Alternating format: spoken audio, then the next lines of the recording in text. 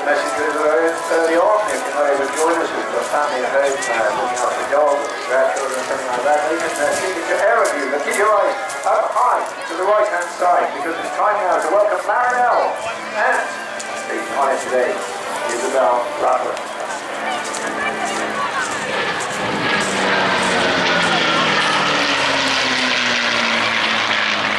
What a wonderfully distinctive sound that is indeed. A marvellous, marvellous aircraft. The most successful long-range fighter escort of World War II.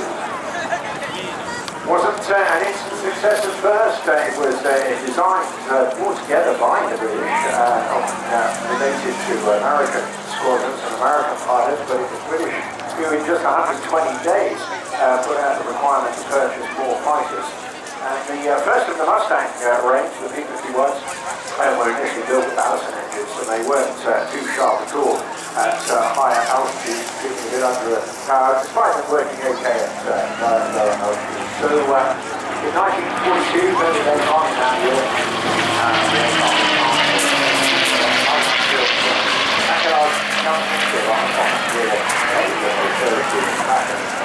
it's installed the Merlin into the P-51D.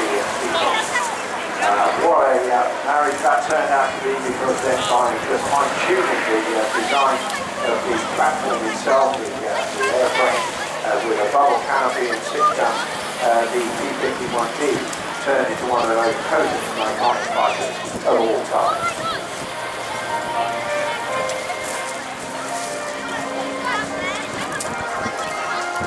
An absolute pleasure to fly, really meaty, and tries for, of course, its status in the mythology of Second World War warbirds alongside its aircraft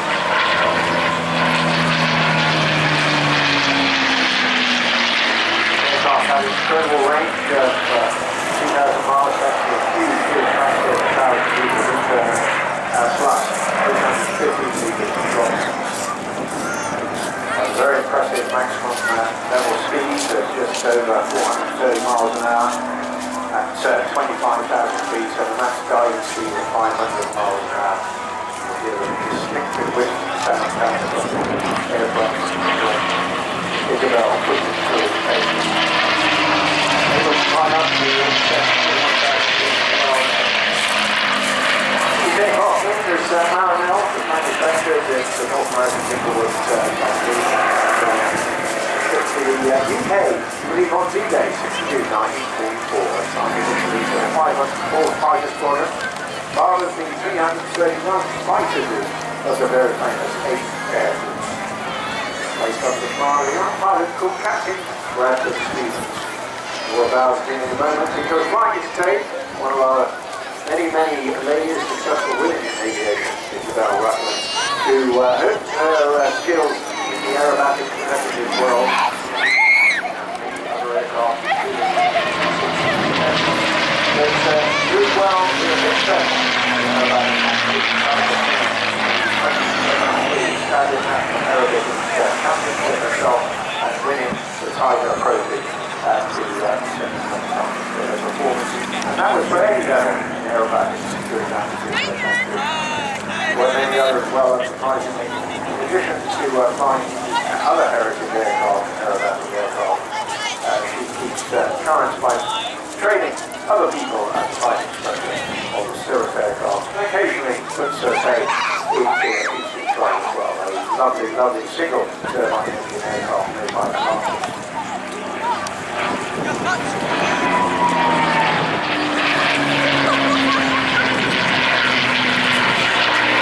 Today, when Bradford Stevens took control of his aircraft, he was 24 years old. He made his break through Liverpool Docks in May 1944 and trained initially at Rice Army Air Base in California. He chose the name for this aircraft, Marinell, after a young girl he met, Mary Arnell State, I should say, 20 years old, when they met. On the morning of the 13th of August 1944, Captain Stevens carried out a bombing and strafing mission against railway targets in France in this very area.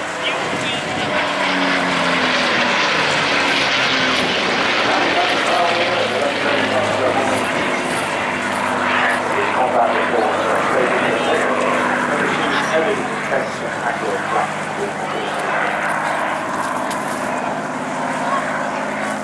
Day, another target on the same squadron, Lieutenant Winkleman. He set out on another mission across to France in a dive bomb, sorting flying Marinell, but shot down approximately 1830.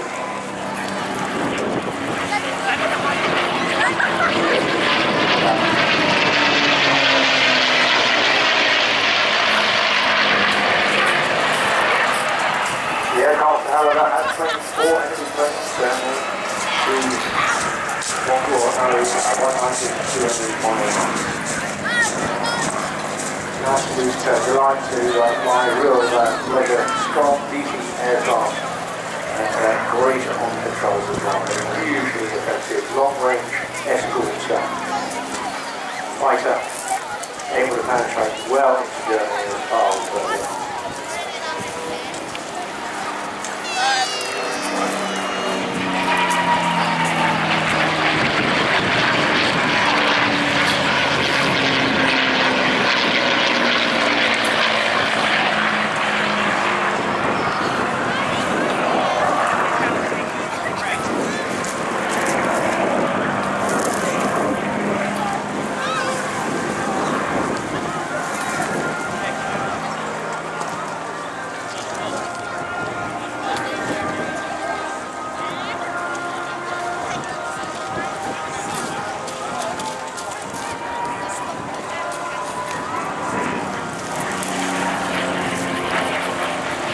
Lovely cross-side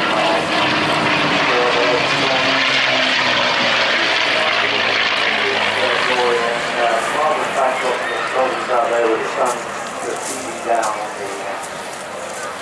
the storm. Of course, the aircraft didn't just stop at the end of the Second World War. It went on to serve with the United States Army Air Force, or being transferred to the Canadian Air Force, particularly in Korean conflicts as well.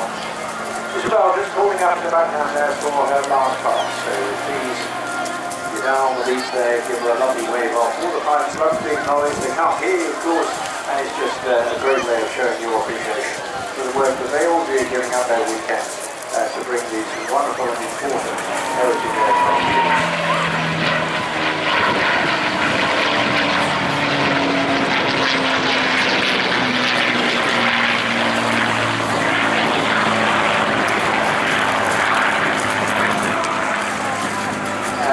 Goes safely into the wild blue yonder.